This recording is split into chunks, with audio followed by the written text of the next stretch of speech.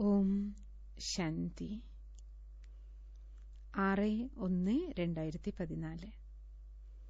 ബാബ പറയുകയാണ്, മധുരമായ കുട്ടികളെ, ഓർമ്മയുടെ യാത്രയാണ് മുഖ്യം. ഓർമ്മയിലൂടെ മാത്രമേ ആയുസ് കൂടുകയുള്ളൂ. വികർമ്മം വിനാശമാകൂ. ഓർമ്മയിൽ കഴിയുന്നവരുടെ സ്ഥിതിയും വാക്കുകളും പെരുമാറ്റവും വളരെ ഫസ്റ്റ് ക്ലാസ് ആയിരിക്കും. ചോദ്യം: നിങ്ങൾ കുട്ടികൾക്ക് ദേവതകളെക്കാൾ കൂടുതൽ സന്തോഷമുണ്ടായിരിക്കണം. എന്തുകൊണ്ട്? ഉത്തരം: എന്തുകൊണ്ടെന്നാൽ നിങ്ങൾക്കിപ്പോൾ വളരെ വലിയ ലോട്ടറി ലഭിച്ചിരിക്കുന്നു. ഭഗവാൻ നിങ്ങളെ പഠിപ്പിക്കുകയാണ്. സത്യുഗത്തിൽ ദേവതയാണ് ദേവീദേവന്മാരെ പഠിപ്പിക്കുക. ഇവിടെ മനുഷ്യൻ മനുഷ്യരെ പഠിപ്പിക്കുന്നു. എന്നാൽ നിങ്ങൾ ആത്മാക്കളെ സ്വയം പരമാത്മാവ് പഠിപ്പിക്കുകയാണ്. നിങ്ങളിപ്പോൾ സ്വദർശന ചക്രധാരിയായി മാറുകയാണ്. നിങ്ങളിൽ മുഴുവൻ ജ്ഞാനവുമുണ്ട്. ദേവതകളിൽ ഈ ജ്ഞാനം പോലുമില്ല. ഗീതം: ഉണരൂ പ്രിയതമകളെ, ഉണരൂ. ഓം ശാന്തി. പുതിയ യുഗത്തിൽ ദേവീദേവന്മാരാണ് ഉണ്ടാകുക. അവരും മനുഷ്യർ തന്നെയാണ്. എന്നാൽ അവരുടെ ഗുണങ്ങൾ ദേവതകൾക്ക് സമാനമാണ്. അവരാണ് വൈഷ്ണവർ, ഡബിൾ അഹിംസകർ. ഇപ്പോൾ മനുഷ്യർ ഡബിൾ ഹിംസകരാണ്. ഉപദ്രവിക്കുകയും ചെയ്യുന്നു. കാമകഠാരിയും പ്രയോഗിക്കുന്നു. ഇതിനെയാണ് മൃത്യു ലോകം എന്ന് പറയുന്നത്. ഇവിടെ മുഴുവൻ വികാരി മനുഷ്യരാണ് വസിക്കുന്നത്. സത്യുഗത്തെ ദേവലോകം എന്ന് പറഞ്ഞിരുന്നു. കാരണം അവിടെ ദേവീദേവന്മാരാണ് വസിച്ചിരുന്നത്. അവർ ഡബിൾ അഹിംസകരായിരുന്നു. അവർക്കും രാജ്യമുണ്ടായിരുന്നു. കൽപ്പത്തിന്റെ ആയുസ് ലക്ഷക്കണക്കിന് വർഷങ്ങളാക്കി ചിത്രീകരിച്ചിരിക്കുന്നതിനാൽ ഈ കാര്യങ്ങളെക്കുറിച്ചുള്ള ചിന്ത പോലും ആർക്കും വരുന്നില്ല.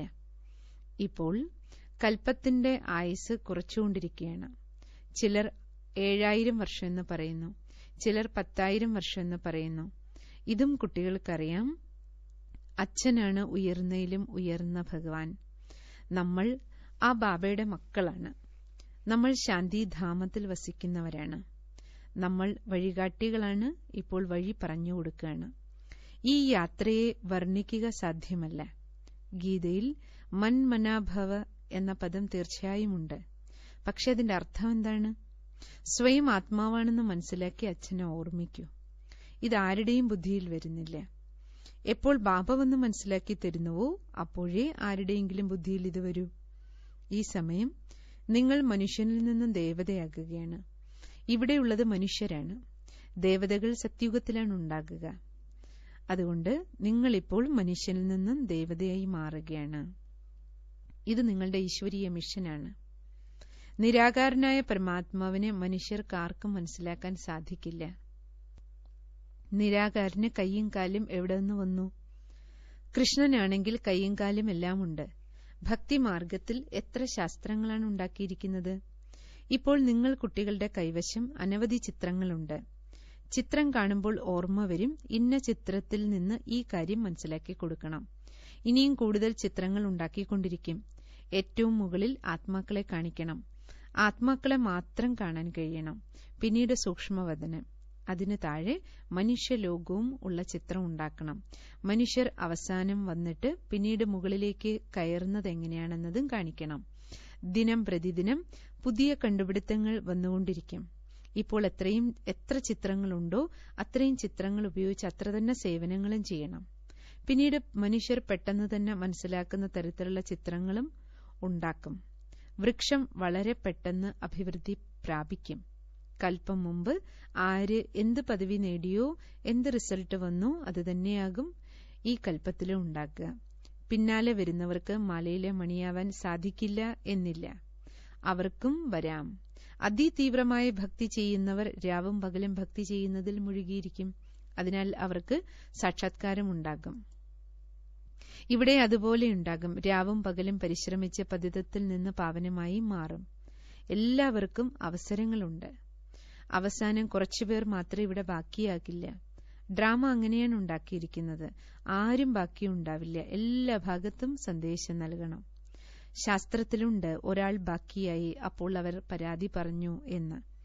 ഈ ചിത്രങ്ങൾ പത്രങ്ങളിൽ പോലും വരും. നിങ്ങൾക്കും എല്ലായിടത്തുനിന്നും ക്ഷണം ലഭിച്ചുകൊണ്ടിരിക്കും. എല്ലാവർക്കും മനസ്സിലാകും, അച്ഛൻ വന്നു കഴിഞ്ഞു. എപ്പോൾ പൂർണ്ണമായ നിശ്ചയം വരുന്നോ അപ്പോൾ എല്ലാവരും ഓടി വരും. വാർത്തകൾ വന്നുകൊണ്ടേയിരിക്കും. നവയുഗം എന്നത് സത്യുഗത്തെയാണ് പറയുക. നവയുഗം എന്ന പേരിൽ പത്രങ്ങൾ ഇറങ്ങുന്നുണ്ട്. പറയുന്നത് ന്യൂഡൽഹി എന്നാണ്. പക്ഷേ ഇന്നത്തെ ന്യൂഡൽഹിയിൽ പഴയ കോട്ടയും അഴുക്കുകളും ഇതൊക്കെയാണല്ലോ കാണുന്നത്. ന്യൂഡൽഹിയായാൽ ഈ അഴുക്കൊന്നും ഉണ്ടാകാൻ പാടില്ലല്ലോ. ഇപ്പോൾ സർവ്വ സാധനങ്ങളും അഴുക്ക് നിറഞ്ഞു മോശമായിരിക്കുന്നു. സത്യുഗത്തിൽ തത്വങ്ങൾ പോലും ഓർഡറിലായിരിക്കും. ഇവിടെയാണെങ്കിലോ 5 തത്വങ്ങളും തമോപ്രധാനമാണ്. അവിടെ സർവ്വ തത്വങ്ങളും സതോപ്രധാനമായതിനാൽ സർവ്വതിൽ നിന്നും സുഖമാണ് ലഭിക്കുക. ദുഃഖത്തിന്റെ പേരുപോലും ഉണ്ടാകില്ല. അതിനാലാണ് അവിടെ സ്വർഗം എന്നറിയപ്പെടുന്നത്. ഈ കാര്യങ്ങളെല്ലാം നിങ്ങളാണ് മനസ്സിലാക്കുന്നത്. ഇപ്പോൾ നിങ്ങൾക്ക് മനസ്സിലായി, നമ്മൾ തീർത്തും തമോ പ്രധാനമായിരിക്കുന്നു. സതോ പ്രധാനമായി മാറുന്നതിനായി പുരുഷാർത്ഥം ചെയ്ത് ലക്ഷ്യത്തിലേക്ക് കയറുകയാണ്. ബാക്കി എല്ലാവരും ഇപ്പോൾ അന്ധകാരത്തിലാണ്. നമ്മൾ അറിവിന്റെ വെളിച്ചത്തിലാണ്. നമ്മൾ മുകളിലേക്ക് പോവുകയാണ്. ബാക്കി എല്ലാവരും താഴേക്ക് ഇറങ്ങിക്കൊണ്ടിരിക്കുന്നു. നിങ്ങൾ കുട്ടികൾ ഈ കാര്യങ്ങളെല്ലാം വിചാരസാഗര മഥനം ചെയ്യണം. ശിവബാബ പഠിപ്പിക്കുന്നു. അതിനാൽ ബാബയ്ക്കും മനനം ചെയ്യേണ്ടതില്ല. ബ്രഹ്മബാബയ്ക്കും മനനം ചെയ്യണം. നിങ്ങളെല്ലാവരും വിചാരസാഗര മഥനം ചെയ്താണ് മനസ്സിലാക്കി കൊടുക്കുന്നത്. ചിലരാണെങ്കിൽ മനനം ചെയ്യുന്നതേയില്ല. പഴയ ലോകം തന്നെ ഓർമ്മിച്ചുകൊണ്ടിരിക്കുന്നു. ബാബ പറയുന്നു, മക്കളെ, പഴയ ലോകത്തെ പൂർണ്ണമായും മറക്കൂ. പക്ഷേ ബാബയ്ക്കറിയാം, സംഖ്യാക്രമം അനുസരിച്ചുള്ള പുരുഷാർത്ഥമാണ് കുട്ടികളുടേത്. രാജധാനി സ്ഥാപിതമാകുകയാണല്ലോ. ബാബ പറയുന്നു, ഞാൻ വന്ന് രാജധാനി സ്ഥാപിച്ച് ബാക്കി എല്ലാവരെയും തിരിച്ചു കൊണ്ടുപോകുന്നു. കേവലം തന്റെ ധർമ്മത്തെ സ്ഥാപിക്കുക മാത്രമാണ് ബാക്കി എല്ലാവരും ചെയ്യുന്നത്. ധർമ്മസ്ഥാപകരല്ല. അവരുടെ പിന്നാലെ അവരെ ആ ധർമ്മം സ്ഥാപിച്ചു കഴിയുമ്പോൾ ആ ധർമ്മത്തിലുള്ള ആത്മാക്കൾ വന്നുകൊണ്ടിരിക്കും. അവരെക്കുറിച്ച് എന്നിട്ട് എത്ര തന്നെ മഹിമകളാണ് പാടിക്കൊണ്ടിരിക്കുന്നത്. മഹിമകൾക്കെല്ലാം അർഹത നിങ്ങൾ കുട്ടികൾക്കാണ്. ആദി സനാതന ദേവീ ദേവതാ ധർമ്മത്തെയാണ് ഹീറോ ഹീറോയിൻ എന്ന് പറയുന്നത്. വജ്രതുല്യമായ ജീവിതമെന്നും കക്കയ്ക്ക് സമാനമായ ജീവിതമെന്നും നിങ്ങളെക്കുറിച്ചാണ് പാടിയിരിക്കുന്നത്. വീണ്ടും നിങ്ങൾ കുടുമയിൽ നിന്നും വീണ് ഏറ്റവും താഴെ എത്തിയിരിക്കുന്നു. ഈ സമയത്ത് നിങ്ങൾ കുട്ടികൾക്ക് ദേവതകളെക്കാളും സന്തോഷം ഉണ്ടായിരിക്കണം. എന്തുകൊണ്ടെന്നാൽ ഇപ്പോൾ നിങ്ങൾക്ക് ലോട്ടറി ലഭിച്ചിരിക്കുകയാണ്. നിങ്ങളെ ഇപ്പോൾ പഠിപ്പിക്കുന്നത് ഭഗവാനാണ്. അവിടെയാണെങ്കിൽ ദേവതയാണ് ദേവീദേവന്മാരെ പഠിപ്പിക്കുന്നത്. ഇവിടെയോ മനുഷ്യൻ മനുഷ്യരെ പഠിപ്പിക്കുന്നു. എന്നാൽ നിങ്ങൾ ആത്മാക്കളെ പരമാത്മാവാണ് പഠിപ്പിക്കുന്നത്. വ്യത്യാസം വന്നില്ലേ? നിങ്ങൾ ബ്രാഹ്മണർ രാമരാജ്യത്തെയും രാവണരാജ്യത്തെയും മനസ്സിലാക്കി. ഇപ്പോൾ നിങ്ങൾ എത്രത്തോളം ശ്രീമത അനുസരിച്ച് നടക്കുന്നുവോ അത്രയും ഉയർന്ന പദവി നേടും. അജ്ഞാനകാലത്ത് എന്ത് ചെയ്താലും അതെല്ലാം തലതിരിഞ്ഞ കാര്യങ്ങളാകുന്നു. കുഞ്ഞായിരിക്കുമ്പോൾ ബുദ്ധി വളരെ നിർമ്മലമായിരിക്കും. പിന്നീട് ബാലകന്റെ ബുദ്ധിയാകും. 16-17 വയസ്സ് പ്രായമാകുമ്പോഴേക്കും വിവാഹ നിശ്ചയം നടക്കുന്നു. ഇന്നത്തെ കാലത്തെ സ്ഥിതി അതിലും മോശമാണ്. മടിയിലിരിക്കുന്ന കുട്ടിക്കും വിവാഹ നിശ്ചയം നടത്തുന്നു. പിന്നീട് കൊടുക്കൽ വാങ്ങൽ ആരംഭിക്കുന്നു. സത്യുഗത്തിൽ വിവാഹങ്ങൾ പോലും എത്ര രാജകീയമായിരിക്കും എന്നറിയുമോ? നിങ്ങളെല്ലാം സാക്ഷാത്കാരത്തിലൂടെ കണ്ടിട്ടുണ്ട്. നിങ്ങൾ മുന്നോട്ട് പോകുന്തോറും എല്ലാം സാക്ഷാത്കാരത്തിലൂടെ കാണും. നല്ല ഫസ്റ്റ് ക്ലാസ് യോഗികളായ കുട്ടികളുടെ ആയുസ് കൂടിക്കൊണ്ടിരിക്കും. അച്ഛൻ പറയുന്നു, യോഗത്തിലൂടെ തന്റെ ആയുസ്സിനെ വർദ്ധിപ്പിക്കൂ മക്കളെ. യോഗത്തിൽ ഞാൻ തണുപ്പനാണ് എന്ന് കുട്ടികൾക്ക് തന്നെ മനസ്സിലാകുന്നുണ്ട്. ഓർമ്മയിലിരിക്കാനായി തലയിട്ടുടയ്ക്കുന്നു, എന്നിട്ടും ഓർമ്മിക്കാൻ കഴിയുന്നില്ല. ചില കുട്ടികൾ മിനിറ്റിന് ബാബയെ മറക്കുന്നു. വാസ്തവത്തിൽ സെന്ററിൽ താമസിക്കുന്ന കുട്ടികളുടെ ചാർട്ട് ഏറ്റവും നല്ലതായിരിക്കണം. കാരണം പുറത്ത് ജോലിക്ക് പോകുന്നവരാണെങ്കിൽ ജോലി വേലകളിൽ മുഴുകുന്നവര് ആണ്. ബാബയെ ഓർമ്മിച്ചോർമ്മിച്ച് നിങ്ങൾക്ക് ഇവിടെ തന്നെ സതോപ്രധാനമായി മാറണം. ഭോജനം ഉണ്ടാക്കുമ്പോഴും ജോലികൾ ചെയ്യുമ്പോഴുമായി കുറഞ്ഞത് 8 മണിക്കൂർ എന്നെ ഓർമ്മിക്കൂ. എങ്കിൽ അന്തിമ കർമാതീത അവസ്ഥയിൽ എത്തും. ഇത് ബാബയുടെ മഹാവാക്യമാണ്. ഞാൻ 6 മണിക്കൂർ അല്ലെങ്കിൽ 8 മണിക്കൂർ യോഗത്തിൽ ഇരിക്കുന്നുണ്ട് എന്ന് ഇപ്പോൾ ആരെങ്കിലും പറഞ്ഞാൽ ബാബ അത് വിശ്വസിക്കില്ല. വളരെ പേർ ലജ്ഞ കാരണത്താൽ തന്റെ ചാർട്ടേ എഴുതുന്നില്ല. അരമണിക്കൂർ പോലും ഓർമ്മയിലിരിക്കാൻ സാധിക്കാത്ത കുട്ടികളുണ്ട്. മുരളി കേൾക്കുക എന്നത് ഓർമ്മയല്ല. അപ്പോൾ ജ്ഞാനധനം സമ്പാദിക്കുകയാണ് ചെയ്യുന്നത്. യോഗം ചെയ്യുന്ന സമയത്ത് കുട്ടികൾക്ക് കേൾക്കാൻ പോലും കഴിയുകയില്ല. ചില കുട്ടികൾ ഇങ്ങനെ എഴുതും, ഞാൻ ഓർമ്മയിലിരുന്ന് മുരളി കേട്ടു ബാബ. പക്ഷേ അത് ഓർമ്മയാണോ? ബാബ സ്വയം പറയുന്നു, ഞാൻ മിനിറ്റിന് മറന്നു പോകാറുണ്ട്. ബ്രഹ്മബാബ പറഞ്ഞിരുന്നു, ഓർമ്മയിൽ ഭോജനം കഴിക്കാനിരിക്കുന്നു. ബാബ അങ്ങ് അഭോക്താവാണ്, അതിനാൽ ബാബ അങ്ങും കഴിക്കുന്നുണ്ട്, ഞങ്ങളും കഴിക്കുകയാണ് എന്നെങ്ങനെ പറയാൻ കഴിയും? ചില കാര്യങ്ങളിൽ ബാബ കൂടെയുണ്ടെന്ന് പറയുന്നു. മുഖ്യമായത് ഓർമ്മയുടെ യാത്രയാണ്. മുരളി എന്നത് തീർത്തും വേറിട്ട ഒരു വിഷയമാണ്. ഓർമ്മയിലൂടെയാണ് പാവനമായി മാറുന്നത്. ആയുസ്സും വർദ്ധിക്കും. മുരളി കേട്ടു, അതിലും ബാബ ഉണ്ടായിരുന്നല്ലോ എന്ന് വിചാരിച്ച് യോഗം ചെയ്യാതിരിക്കരുത്. മുരളി കേൾക്കുന്നതിലൂടെ വികർമ്മം വിനാശമാകില്ല. വികർമ്മം ഭസ്മമാകണമെങ്കിൽ പരിശ്രമം വേണം. ബാബയ്ക്ക് അറിയാം, ചില കുട്ടികൾക്ക് ബാബയെ ഓർമ്മിക്കാനേ കഴിയുന്നില്ല. ഓർമ്മയിലിരിക്കുന്നവരുടെ അവസ്ഥ, വാക്കുകൾ, പെരുമാറ്റം എല്ലാം വ്യത്യസ്തമായിരിക്കും. ഓർമ്മയിലൂടെ മാത്രമേ സദോ പ്രധാനമായി മാറുകയുള്ളൂ. പക്ഷേ മായ തീർത്തും കുട്ടികളെ വിവേകശൂന്യരാക്കി മാറ്റുന്നു. ഒരുപാട് പേർക്ക് അസുഖങ്ങൾ ഉണ്ടാകുന്നു. ഇതുവരെ ഇല്ലാതിരുന്ന മോഹം ചിലപ്പോൾ ചില കുട്ടികളിൽ പുറത്തു വരുന്നത് കാണാം. അതിൽ കുടുങ്ങി ചില കുട്ടികൾ ബ്രാഹ്മണ ജീവിതത്തിൽ നിന്ന് തന്നെ മരിച്ചു പോകുന്നു. വളരെ പരിശ്രമമുള്ള ഒരു കാര്യമാണ് മക്കളെ. മുരളി കേൾക്കുക എന്നത് തികച്ചും വേറിട്ട കാര്യമാണ്. ഇത് ജ്ഞാനധനം സമ്പാദിക്കാനുള്ള വിധിയാണ്. ഇതിലൂടെ ആയുസ് വർദ്ധിക്കില്ല, പാവനമാകുകയില്ല, വികർമ്മവും വിനാശമാകില്ല. വളരെയധികം പേർ മുരളി കേൾക്കുന്നുണ്ട്, എന്നിട്ടും വികാരങ്ങളിൽ വീണുകൊണ്ടിരിക്കുന്നു. സത്യം പറയുന്നില്ല, പവിത്രമായിരിക്കാൻ സാധിക്കുന്നില്ല എങ്കിൽ ബാബ ചോദിക്കുകയാണ്, പിന്നെ നിങ്ങൾ എന്തിനാണ് ഇവിടേക്ക് വരുന്നത്? അപ്പോൾ പറയും, ബാബ ഞാൻ അജാമിലനെ പോലെ പാപിയല്ലേ, ഇവിടെ വന്നാലല്ലേ പാവനമാകാൻ കഴിയൂ. ഇവിടെ വരുന്നതിലൂടെ കുറച്ച് നേരെയാകും, അല്ലാതെ മറ്റെവിടെ പോകാനാ? വഴി ഇതുതന്നെയുള്ളൂ. ഇങ്ങനെ വിചാരിക്കുന്നവരും ഇവിടെ വരാറുണ്ട്. എപ്പോഴെങ്കിലും ഒരിക്കൽ ലക്ഷ്യത്തിൽ അമ്പ് തറയ്ക്കും. ബാബ ഇവിടെ വരുന്നതിനെക്കുറിച്ചും പറയുന്നു, ഇവിടേക്ക് അപവിത്രമായവർ വരരുത്. ഇത് ബാബയുടെ ഇന്ദ്രസഭയാണ്. ഇപ്പോൾ വരെയും കുട്ടികൾ ഇവിടെ വന്നുകൊണ്ടിരിക്കുന്നുണ്ട്. ഒരു ദിവസം ബാബ ഈ ആജ്ഞ പുറപ്പെടുവിക്കും.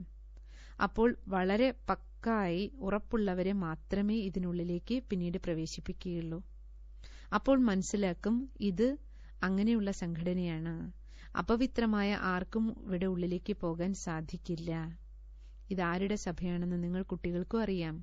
നമ്മൾ ഭഗവാൻ, ഈശ്വരൻ, സോമനാഥൻ, ബബിൾനാഥ് ആയിട്ടുള്ള ഭഗവാന്റെ മുന്നിലാണ് ഇരിക്കുന്നത്. ഭഗവാൻ തന്നെയാണ് നമ്മളെ പാവനമാക്കി മാറ്റുന്നത്.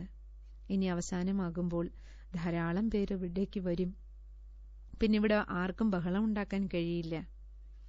ധർമ്മത്തിലുള്ള കുട്ടികൾ തീർച്ചയായിട്ടും വരും. ആര്യ സമാജത്തിലുള്ളവരും ഹിന്ദുക്കളാണ്. കേവലം മഠത്തെയും വഴിയെയും വേർപെടുത്തിയിരിക്കുന്നു. സത്യുഗത്തിലാണ് ദേവതകൾ ഉണ്ടാകുക. ഇവിടെ എല്ലാവരും ഹിന്ദുക്കളാണ്. നിങ്ങൾ കുട്ടികൾ ഇരിക്കുമ്പോഴും എഴുന്നേൽക്കുമ്പോഴും നടക്കുമ്പോഴും സ്വദർശന ചക്രധാരിയായി മാറണം. വിദ്യാർത്ഥികൾക്ക് പഠിക്കുന്ന കാര്യങ്ങൾ ഓർമ്മ വേണ്ടേ? മുഴുവൻ ചക്രവും ബുദ്ധിയിലുണ്ടായിരിക്കണം. ദേവതകളും നിങ്ങളും തമ്മിൽ അല്പം വ്യത്യാസമുണ്ട്. പക്ക സുദർശന ചക്രധാരിയായി മാറിക്കഴിഞ്ഞാൽ വിഷ്ണുകുലത്തിലേതാകും. നിങ്ങൾക്കറിയാം, നമ്മൾ വിഷ്ണുകുലത്തിലേതാകാൻ പഠിക്കുകയാണ്. ദേവതകൾ എന്നത് നിങ്ങളുടെ ഫൈനൽ അവസ്ഥയാണ്. സംഗംയുഗത്തിൽ ബ്രാഹ്മണ ജീവിതത്തിലെ ഫൈനൽ സ്ഥിതി കർമാതീത അവസ്ഥയാണ്. ശിവബാബ നിങ്ങളെ സുദർശന ചക്രധാരിയാക്കി മാറ്റുകയാണ്. ബാബയിൽ ജ്ഞാനമുണ്ടല്ലോ. ബാബയാണ് നിങ്ങളെ ഇങ്ങനെയാക്കി മാറ്റുന്നത്. നിങ്ങൾ വിഷ്ണു കുലത്തിലേതുപോലെ ആയിത്തീരുന്നു. ബ്രാഹ്മണനായതിനു ശേഷം ദേവതയായി മാറും. ഇപ്പോൾ എങ്ങനെ നിങ്ങൾക്ക് ഈ അലങ്കാരങ്ങൾ നൽകും? ഇപ്പോൾ നിങ്ങൾ പുരുഷാർത്ഥികളാണ്. പിന്നീട് നിങ്ങൾ വിഷ്ണുവിന്റെ കുലത്തിലേക്ക് മാറും. സത്യുഗം വൈഷ്ണവകുലമല്ലേ? അതിനാൽ ഇങ്ങനെയായി മാറണം. നിങ്ങൾക്ക് മധുര സ്വഭാവമുള്ളവരായി മാറണം. അതും ഇതും സംസാരിക്കുന്നതിനേക്കാളും നല്ലത് സംസാരിക്കാതിരിക്കുന്നതാണ്. ഒരു ദൃഷ്ടാന്തമുണ്ട്. 2 പേർ തമ്മിൽ അടികൂടി. സന്യാസി പറഞ്ഞു, വായിൽ നാണയമിടൂ. ഒരിക്കലും വായിൽ നിന്ന് നാണയം പുറത്തെടുക്കരുത്. പിന്നീട് പ്രതികരിക്കാൻ അവർക്ക് സാധിച്ചില്ല. 5 വികാരങ്ങളെ ജയിക്കുക എന്നത് ചിറ്റമ്മയുടെ വീട്ടിൽ പോകുന്നത് പോലെ എളുപ്പമല്ല. ചിലർ തന്റെ അനുഭവങ്ങളും പറയാറുണ്ട്. എന്റെ ഉള്ളിൽ വളരെയധികം ക്രോധമുണ്ടായിരുന്നു. ഇപ്പോൾ ഒരുപാട് കുറവുണ്ട്. വളരെ മധുരമായി മാറി. ഇന്നലെ നിങ്ങൾ ഈ ദേവതകളുടെ മഹിമ പാടുകയായിരുന്നു. ഇന്ന് നിങ്ങൾ മനസ്സിലാക്കുന്നുണ്ട്, നമ്മൾ ഈ ദേവതകളെ പോലെയായി മാറിക്കൊണ്ടിരിക്കുകയാണ്. സംഖ്യാക്രമം അനുസരിച്ചാണ് കുട്ടികൾ മാറുന്നത്. ആരാണോ സേവനം ചെയ്യുന്നത് അവരുടെ പേര് ബാബ തീർച്ചയായും പറയും. വഴി പറഞ്ഞു കൊടുക്കണം. നമുക്ക് മുൻപൊന്നും അറിയുമായിരുന്നില്ല. ഇപ്പോൾ എത്ര ജ്ഞാനം ലഭിച്ചിരിക്കുന്നു. ആരാണോ നല്ല രീതിയിൽ ധാരണ ചെയ്യാത്തത് അവരുടെ റിപ്പോർട്ടും ബാബയുടെ അടുത്തെത്തുന്നുണ്ട്. ബാബ, ഇവരിവിടെ ജ്ഞാനം കേൾക്കാൻ വരുന്നുവെങ്കിലും ഇവർ വളരെയധികം ക്രോധികളാണ്. ബാബയ്ക്കറിയാം ഇവർക്ക് ആത്മീയ സേവനം ചെയ്യാൻ സാധിക്കില്ല. അതിനാൽ അങ്ങനെയുള്ള കുട്ടികളെ കൊണ്ട് ബാബ സ്ഥൂല സേവനങ്ങൾ ചെയ്യിക്കും. ബാബയുടെ ഓർമ്മയിലിരുന്നുകൊണ്ട് സേവനം ചെയ്താൽ മക്കളെ അഹോ സൗഭാഗ്യം. പരസ്പരം ഓർമ്മ ഉണർത്തിക്കൊണ്ടിരിക്കൂ. ഓർമ്മയിലൂടെ വളരെയധികം ബലം ലഭിക്കും. ഓർമ്മിക്കുന്നവർ പിന്നീട് ചാർട്ട് വയ്ക്കണം. ചാർട്ടിലൂടെ മനസ്സിലാക്കാൻ കഴിയും. ഓരോരുത്തർക്കും ബാബ ശ്രദ്ധ നൽകിക്കൊണ്ടിരിക്കുന്നു. ലോകത്തിലുള്ളവർ ശാന്തിക്കായി യാചിക്കുന്നു. തീർച്ചയായും എപ്പോഴോ ഒരിക്കൽ വിശ്വത്തിൽ ശാന്തി ഉണ്ടായിരുന്നു. സത്യയുഗത്തിൽ അശാന്തമാക്കുന്ന ഒരു കാര്യവും ഉണ്ടാകില്ല. മധുരമായ അച്ഛനും മധുരമായ മക്കളും ചേർന്ന് മുഴുവൻ വിശ്വത്തെയും മധുരമാക്കുന്നു. ഇപ്പോൾ മധുര എവിടെയുണ്ട്? മരണം തന്നെ മരണമാണ് എല്ലായിടത്തും. ഈ കളി അനേകം തവണ ഉണ്ടായിട്ടുണ്ട്. ഇനിയും ഉണ്ടായിക്കൊണ്ടിരിക്കും. അവസാനിക്കുക സാധ്യമല്ല. ചക്രം കറങ്ങിക്കൊണ്ടേയിരിക്കും. ശരി. വളരെ കാലത്തെ വേർപാടിനു ശേഷം തിരിച്ചു കിട്ടിയ മധുരമധുരമായ ഓമന സന്താനങ്ങൾക്ക് മാതാവും പിതാവുമായ ബാബ്ദാദയുടെ സ്നേഹസ്മരണകളും പുലർകാല വന്ദനവും. ആത്മീയ പിതാവിന്റെ ആത്മീയ കുട്ടികൾക്ക് നമസ്കാരം. ആത്മീയ കുട്ടികളുടെ ആത്മീയ പിതാവിനും നമസ്കാരം. ധാരണയ്ക്കുള്ള മുഖ്യസാരം: വികർമ്മത്തെ വിനാശമാക്കുന്നതിനായും ആയുസ് വർദ്ധിപ്പിക്കുന്നതിനായും ഓർമ്മയുടെ യാത്ര തീർച്ചയായും ചെയ്യണം. ഓർമ്മയിലൂടെയേ പാവനമാകുകയുള്ളൂ. അതിനാൽ ഓർമ്മയുടെ ചാർട്ട് കുറഞ്ഞത് 8 മണിക്കൂറെങ്കിലും വേണം. ദേവതകൾക്ക് സമാനം മധുരമായി മാറണം. മോശമായ വാക്കുകൾ സംസാരിക്കുന്നതിനേക്കാൾ നല്ലത് നിങ്ങൾ സംസാരിക്കാതിരിക്കുന്നതാണ്. ആത്മീയമോ സ്ഥൂലമോ ആയ സേവനങ്ങൾ ചെയ്യുമ്പോഴും ബാബയുടെ ഓർമ്മയുണ്ടെങ്കിൽ അത് മഹാസൗഭാഗ്യമാണ്. വരദാനം: കമലപുഷ്പത്തിന്റെ അടയാളത്തെ ബുദ്ധിയിൽ വെച്ച് ഞാൻ ഇതുപോലെ ഉള്ള ഉദാഹരണ സ്വരൂപമാണ് എന്ന് മനസ്സിലാക്കുന്നവരായ സ്നേഹിയും വേറിട്ടവരുമായി ഭവിക്കട്ടെ. കുടുംബത്തിൽ ജീവിക്കുന്നവർക്കുള്ള അടയാളമാണ് കമലപുഷ്പം. അതിനാൽ കമലപുഷ്പ സമാനമായി മാറി കാര്യങ്ങളെ പ്രാവർത്തികമാക്കൂ. അഥവാ കാര്യങ്ങൾ പ്രാവർത്തികമാക്കുന്നില്ല എങ്കിൽ കമലപുഷ്പ സമാനമാകാൻ സാധിക്കില്ല. അതിനാൽ കമലപുഷ്പമെന്ന അടയാളത്തെ ബുദ്ധിയിൽ വെച്ച് ഞാൻ സ്വയം അതിന് ഉദാഹരണമാണെന്ന് മനസ്സിലാക്കി മുന്നോട്ടു പോകൂ. സേവനങ്ങൾ ചെയ്തുകൊണ്ടും സ്നേഹിയും വേറിട്ടവരുമായിരിക്കൂ. കേവലം സ്നേഹി മാത്രമാകരുത്. പകരം വേറിട്ട സ്ഥിതിയിലിരുന്നുകൊണ്ട് സ്നേഹിയാകൂ. എന്തുകൊണ്ടെന്നാൽ സ്നേഹം ആകർഷണത്തിന്റെ രൂപത്തിലേക്ക് മാറാറുണ്ട്. അതിനാൽ സ്നേഹിയുമായിരിക്കണം, വേറിട്ടവരുമായിരിക്കണം. ഈ സ്ഥിതിയിലിരുന്നുകൊണ്ട് ഏത് സേവനവും ചെയ്യൂ. സ്ലോഗൻ: സ്നേഹത്തിന്റെ കുടയ്ക്കുള്ളിലേക്ക് മായയ്ക്ക് ഒരിക്കലും വരാൻ കഴിയില്ല. ഓം ശാന്തി.